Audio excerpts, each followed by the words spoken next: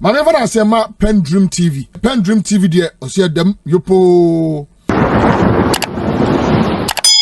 Let me come to the Thomas Partey issue and the mischief that my brother went into. I'm reading from a report, where is the name? TheGuardian.com, which I think might be more independent, for the purpose of this conversation. The bottom line is that Thomas Partey has applied also for entry into US. And he's been granted entry into US. At the time that you are denied a visa, Moro, are you always told at that point why they've denied you, they're denying your visa? When we go to American embassy and they deny your visa, they tell you that we are sorry you don't qualify for a US entry permit at this time. Hardly would they tell you the reason. So when you come out, your presumption would be what you think might be the reasons why you're being denied entry. And everybody knows that. With the Thomas Partey one, it is with his ongoing case in the UK. Now, let me read what, in his understanding, which I believe, because I have not read the full judgment, but this is the report that we are being told from the Standard, that the judge in his judgment sided with Canada's, this is the appeal, ruling, sided with Canada's immigration rules and said Partey failed to show grounds for emergency relief. At issue are the 7 counts of rape and 1 count of sexual assault that Partey faces in the UK. And he has pleaded not guilty and is awaiting trial in London next year. In his rejection of his application, Canada has said that immigration decisions are made on a case-by-case basis and that hosting the World Cup does not change the country's immigration laws. He said granting Partey relief would have lawfully rendered inadmissibility finding and facilitate his entry for a specific event. Now, in an affidavit filed by the court, Partey pledged to remain under the supervision of the team, blah, blah, blah. And then he added, in quotes, I have not been convicted of any offense. I have pleaded not guilty, and I remain presumed innocent. Even in the UK, that he is about to face trial, he's able to go in and out of the UK. Do you understand it? So the same grounds on which you say that they lied are the same grounds that the motive cannot be vicious, because these are all public. You have given us scenarios that are public scenarios, easily verifiable by the click of a button. So what kind of malicious intent will be behind the deliberate falsification of information to deceive Canadian immigration, officials for Partey to come into Canada, which same did not apply in his US, application. So Canada insists on his rules. They've denied the rule, but to make it look like some people sat in a dark room and decided to come and maliciously lie and, to get Partey is the height of mischief that you have admonished this morning that we shouldn't enter into. It's the height of mischief. If there are any lessons to be learned, let's call all of them and let's learn the necessary lessons. But I'm saying that this same Partey goes in and out of UK where he's being tried. And you yourself, till date, you have refused to speak about bringing Kenofurata to come and face judgment because you have said that we should not presume people guilty until they have been tried in the court of law. So in Thomas Partey's mind, he has not been convicted of any criminal, offense. He is under trial. So perhaps those who fill the form assume that to the extent that you are not a convicted criminal, and you have denied your culpability in the charges against you, perhaps that's their understanding of it. To make it look like there was a grand agenda to deceive Canadian immigration, which grand agenda didn't happen, in the case of the application for the US entry visa, which grand agenda didn't happen in Thomas Partey's ability to fly out of UK and fly back in because they know he's not a flight risk, and will be available. Do you understand what I mean? Absolutely. So I'm not talking about the main issue of rape. Rape is a very serious offense.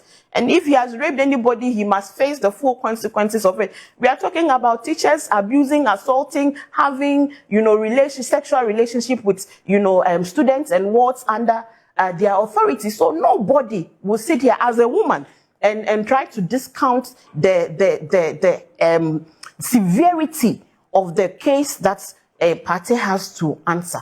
But just like you preach, that even bringing members of your administration to face rule of law and due process, even that has led you writing series of letters to diplomatic missions, and writing letters to the UN, crying that your rights are being abused. Even that, bringing you to account for your stewardship.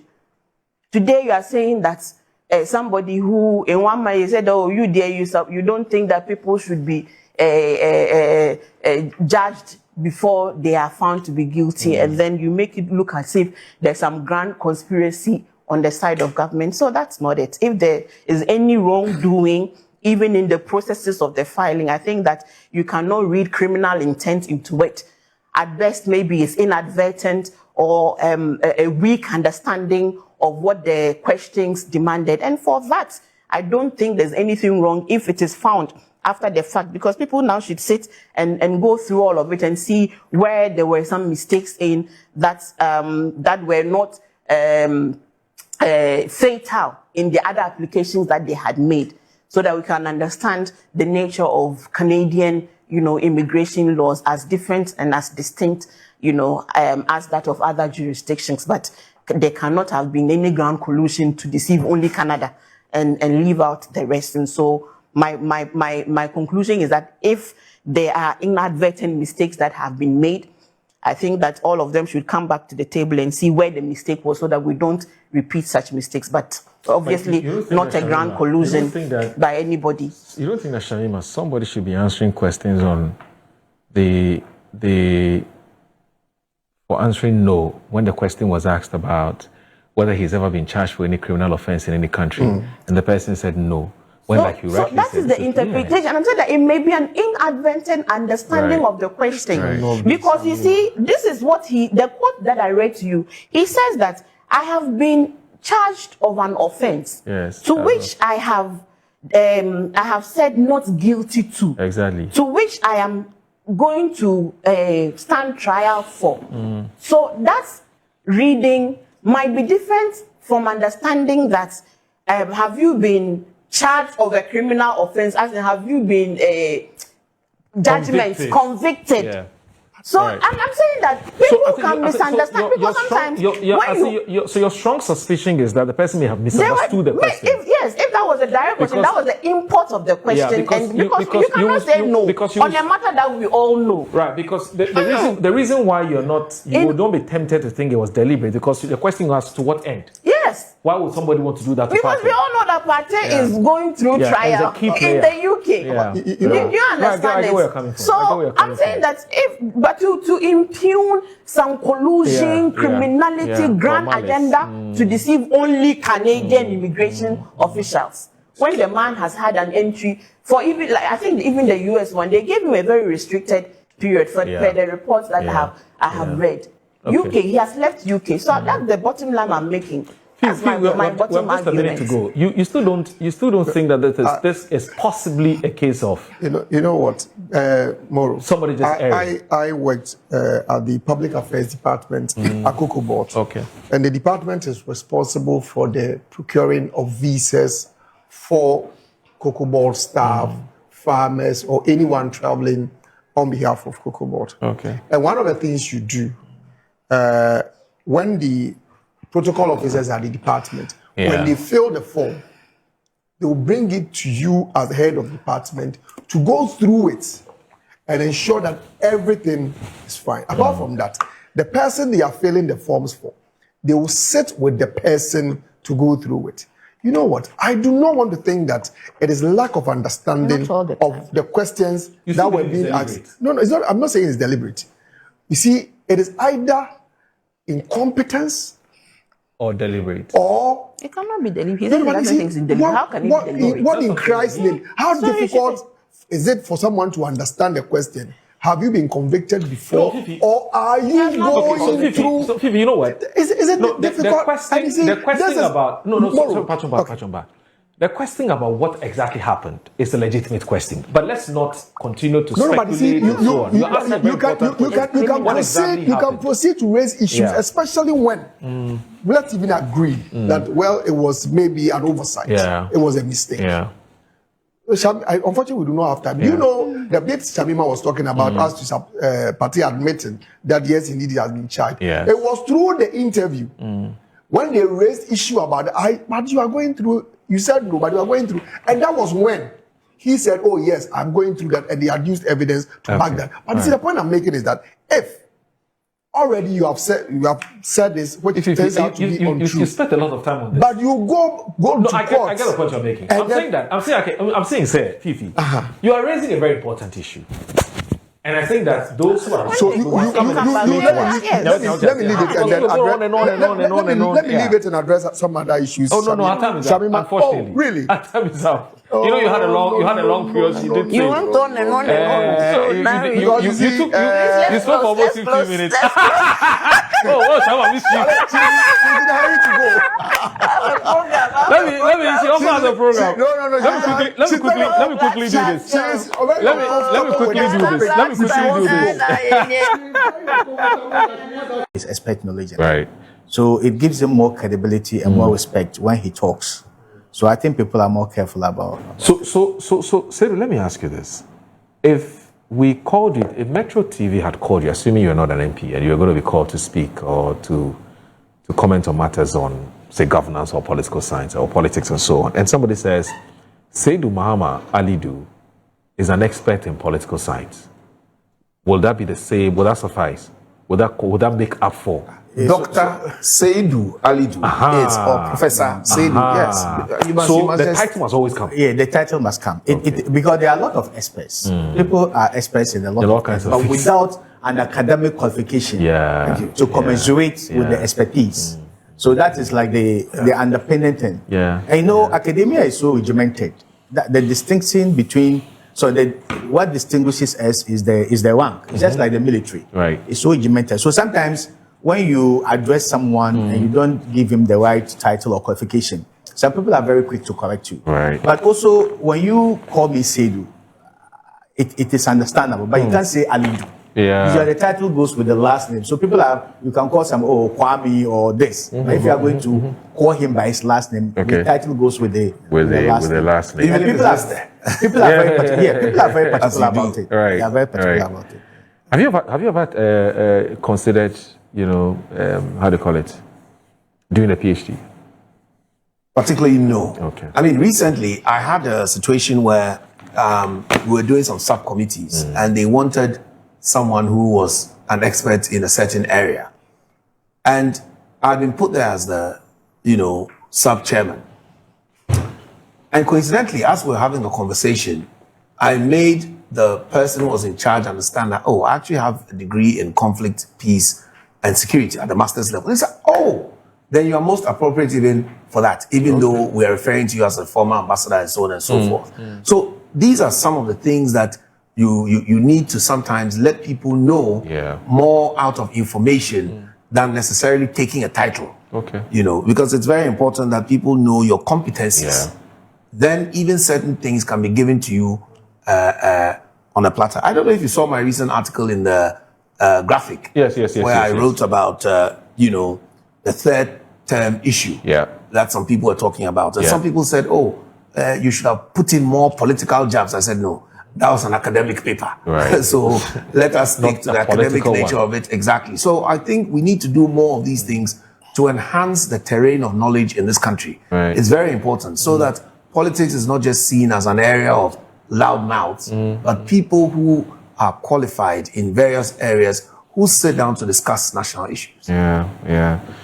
I think that I have a better appreciation, a deeper insight into why academics are very, very, they don't take the titles lightly at all. They take it very seriously. When you finish the PhD or the master's, you will understand. See why people It's not easy. It's not easy.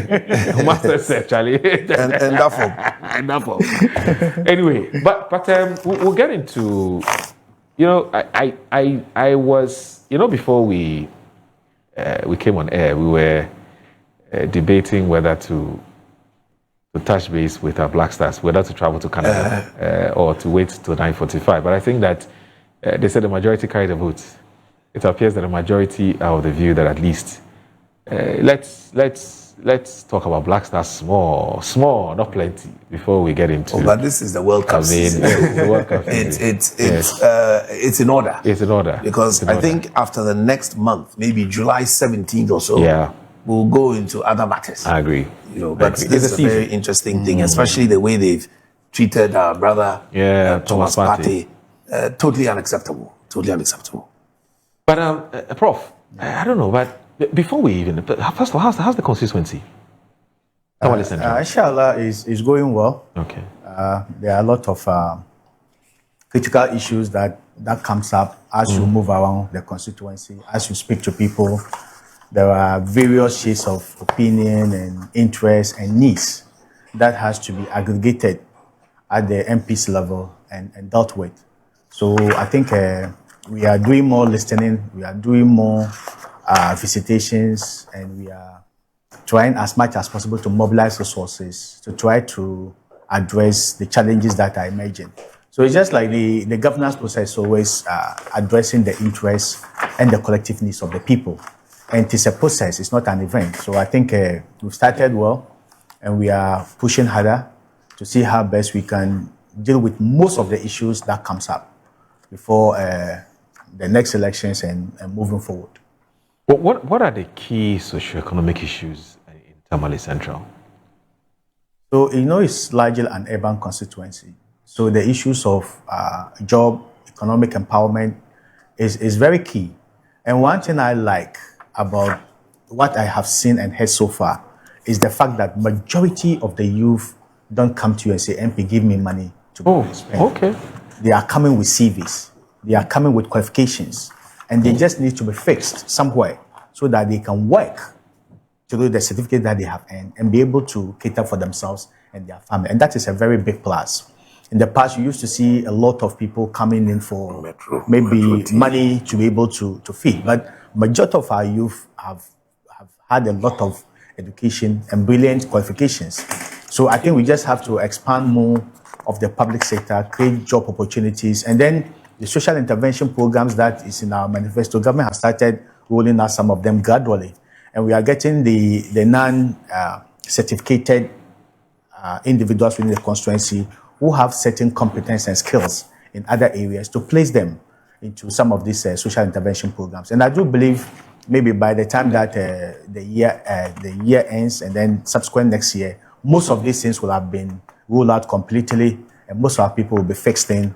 And I believe that gradually the unemployment situation in my constituency in the region, Ghana at large, will be reduced through a deliberate effort of the government. In John Mohammed's thank you tour when he went to the northern region, I heard him say that some funding has been secured for the Tamale Water Project. I've forgotten exactly what the timelines are, but his commentary that day for me suggested a certain sense of urgency. First of all, how serious is the water problem there in the Tamale environment? Yeah, and what do you know about? Do you have any update on this project? It's serious in the largely Tamale environment, but in the northern region as a whole.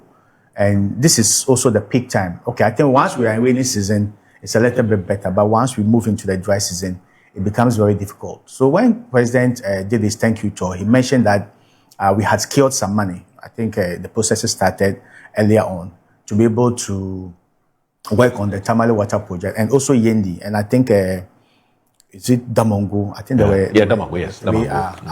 Cities. But there was a little bit of a hitch, and I think government is doing everything to address it and to make sure that this rolls out. But we are not also just waiting on government to come and do it. Even though we know the government is committed to doing it, we have also started our own initiatives. We have worked collaboratively with civil society organizations and NGOs, and we are sinking boreholes in the constituency.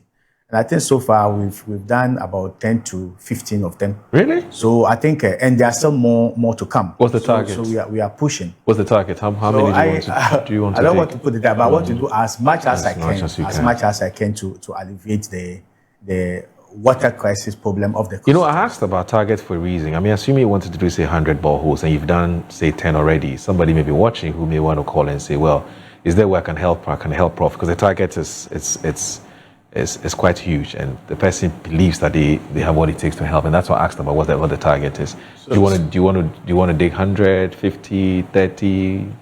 What is it? I think I really don't want to put a figure. Because a figure can motivate you to do more. Yeah. But it can also put you so much under stress. Right. But as much as I can be 1,000, it could be 500, it could be 100. As much as the capacity and the resources come in, I should be able to do. So even if you are listening to me and you can give me 100 boreholes or you can sing 50 for me, you are welcome to contact me or contact the host of the program, and then we'll see how we roll things out. All right. But I do believe that I'm committed to enhancing the welfare and the well-being of the people of Tamale Central and to addressing the water crisis on my own as an MP. But I also know that very soon government intervention will roll out, and I believe that collectively we should be able to reduce that incidence and crisis within it. I noticed that some MPs are setting up viewing centers for the World Cup. Are you doing the same in Tamale Central? No, not for now. Not for now. Okay. Why? The youth don't want it? Not necessarily. It's resource driven. So if you look at colleagues that have done it, they said they've been able to get support and sponsorship from other organizations. So we've also started talking to corporate entities to see, eventually maybe Ghana matches, but it's not given that is going to happen. Any idea how much it will cost to set it up? I don't know. You have no idea. Well, if you're watching us this morning and you can support MP to set up a viewing center for his constituents to watch the Black Stars, they're coming up against Panama tomorrow, he'll be more than grateful.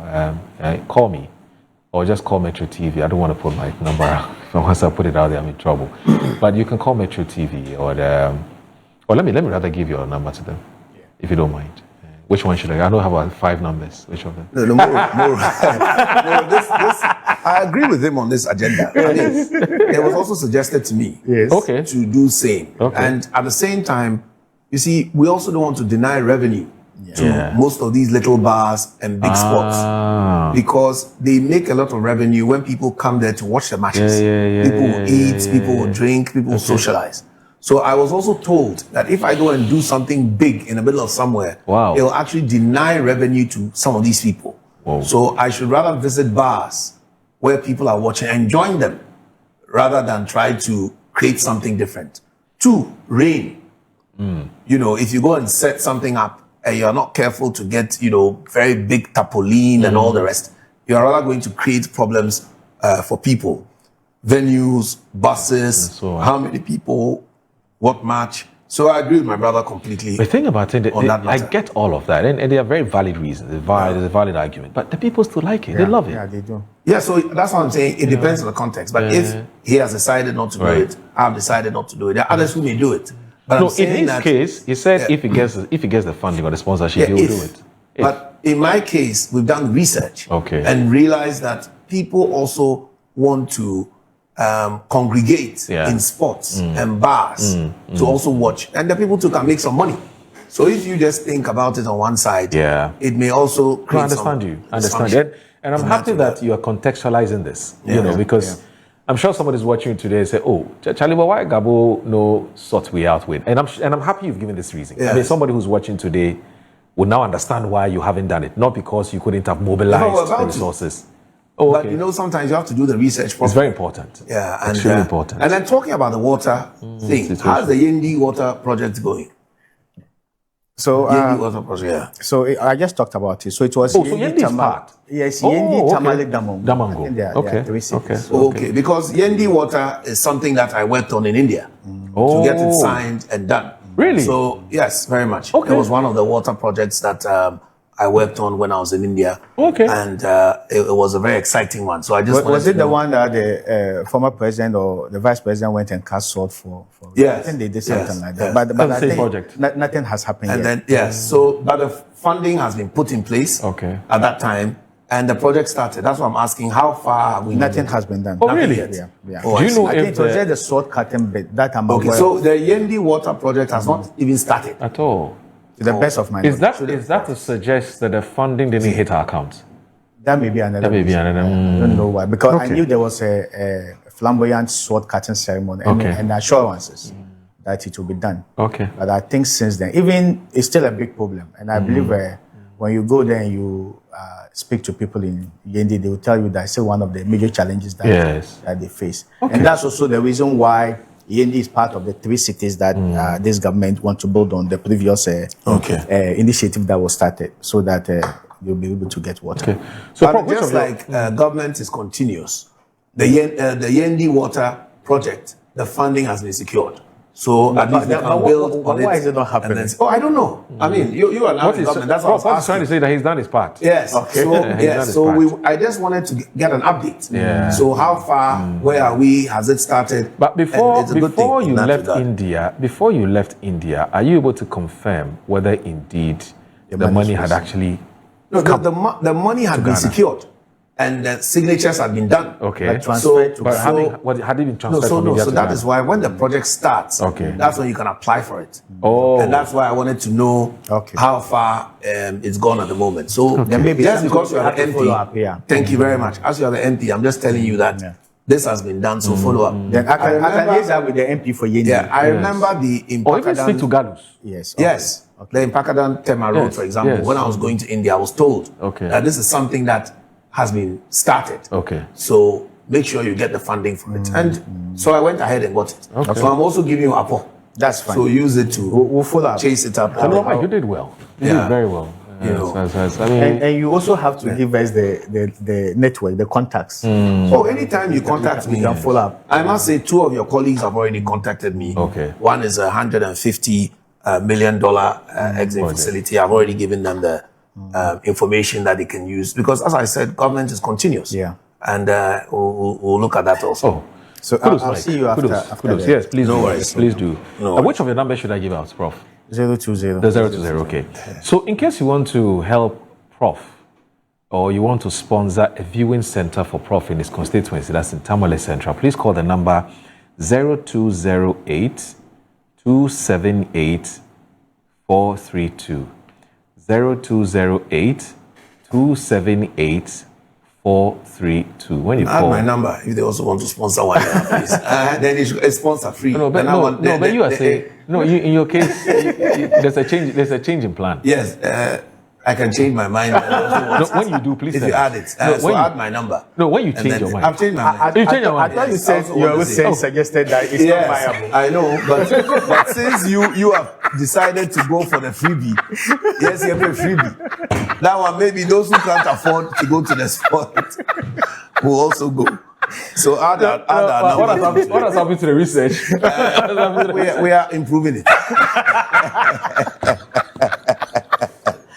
Have you heard the saying before? Okwasi happen and Sanadi. It's a family and account. You know, researchers, we are sorry. We are sorry, our researchers. Yes.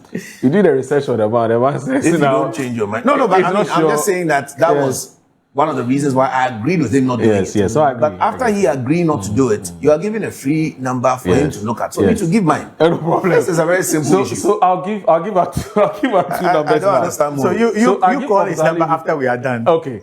So I need to say this number, Prof, is 0208 278 432. Now let me give you Mike Okwe's number. Yes, Mike said there's a change of there's change of plan, or there's change an of improvement of decision. plan, isn't Or there's an improvement of plan. Okay, so Mike Okwe, Mike Okwe Jr. His number is 0243 364 603.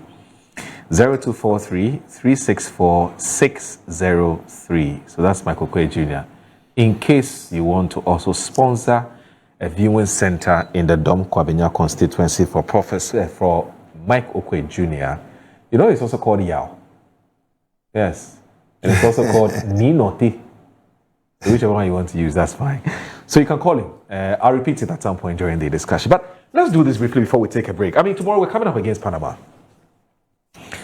I am cautiously optimistic. I don't know how you feel, Mike, about tomorrow's game. I think you've summed it up in the English word, cautiously optimistic. You know, Ghana is sometimes a strange team. In the matches where we expected to overrun our opponents, we seem to be a bit, I would say, maybe overconfident or lackadaisical, and we may underestimate the opponent and maybe draw or lose. So we'll see what happens tomorrow with Panama. But my brother, the Panama match is a must win. Otherwise, we are coming home very early. That's true. Very, very early shower for the Black Stars. Because at least we should win that and then look at the rest. Either 2 draws or 1 sneaky win. And then who knows what will happen. Yeah. As much as our team is not necessarily the best at the moment, and unfortunately, some of our key players are either injured or a bit just over the age. Yeah. I mean, when you look at the Ayew brothers, for example, when you look at Kudus, who unfortunately has gotten injured just before the World Cup, Partey is there, but a bit, at the twilight of his career. And then even so, most unfortunately, he's not been allowed to join the team for the first match. I'll quickly slip in people like Jiku and so on, who have been holding the fort for us. If I were to ask you today, who is Ghana's #1 goalkeeper? I have no idea. No idea. I have no idea. In those days, it's Olele, Olele. Yeah.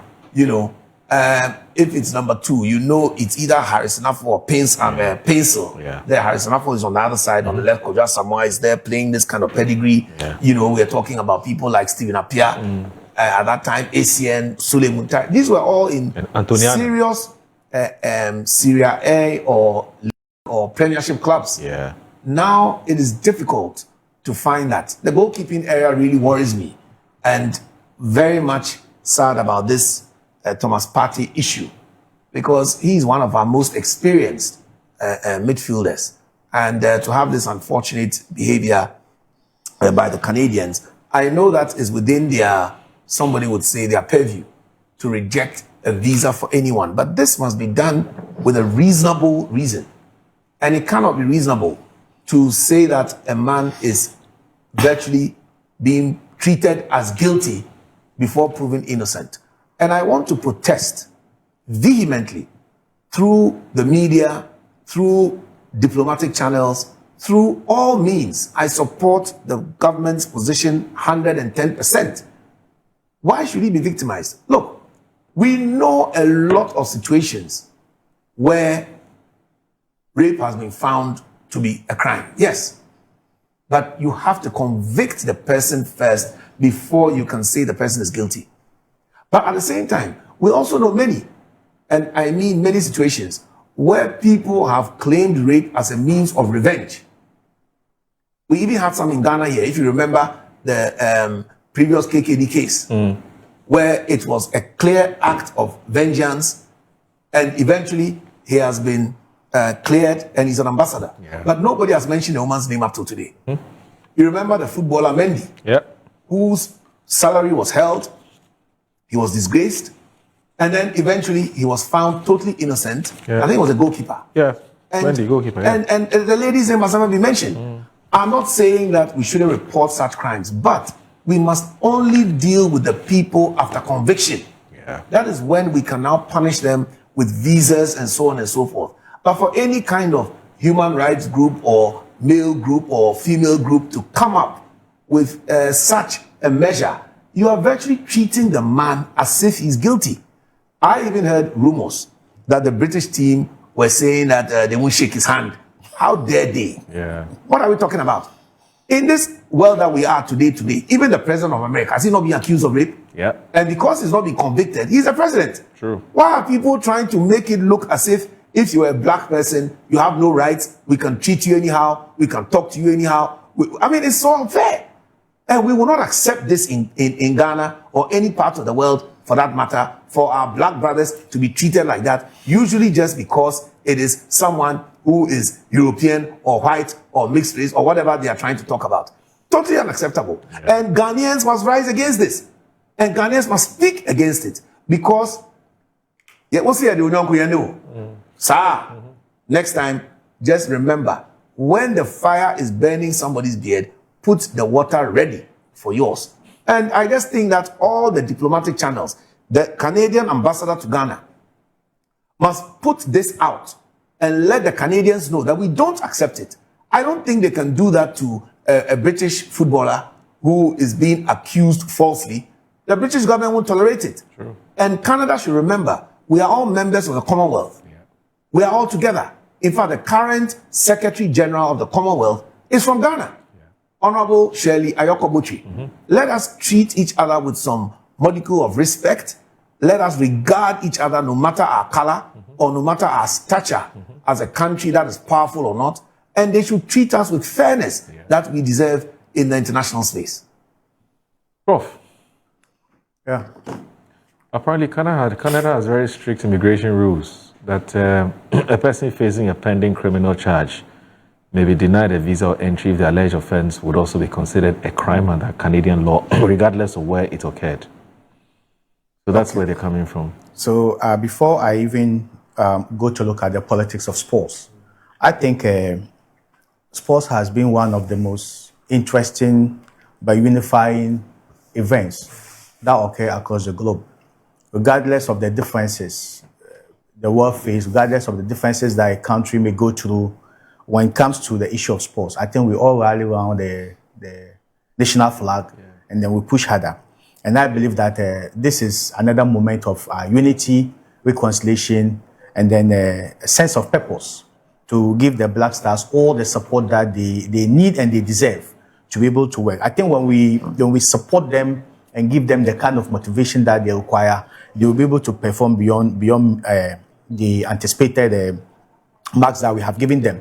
And I also believe that they know they have been playing football for all these years. They know that we shouldn't be complacent. We should not just assume that Panama is not a soccer nation or this country is not a soccer nation. Now we don't have soccer nations, and any country can surprise a soccer nation team. So basically, what we have to do, we have to eschew complacency and then take every match that comes on our way as if we are playing the finals of the World Cup. So once we are able to eschew complacency and then instill discipline in our team and work together as a team, I think collective teamwork is very, very important. We should be able to overcome. And I believe they have also received all the support that they need from government to be able to perform well. And I can't say any other thing than to wish them well tomorrow and then all the matches. But there's a little bit of politics of sports. I think we cannot just talk about this World Cup without looking at the element of politics. They have always been those things. Host countries usually have their standing immigration regulations, and some of them may not waver when it comes to hosting tournaments like this. But some other countries are also willing to at least waiver a little bit of some of these requirements to be able to allow full participation of all the teams. When you look at this particular World Cup, it seems like it's one of the World Cup that has been weaponized so much by the countries that have the privilege to host it. You've heard of the visa refusal of the Somalian referee who was selected by FIFA and certified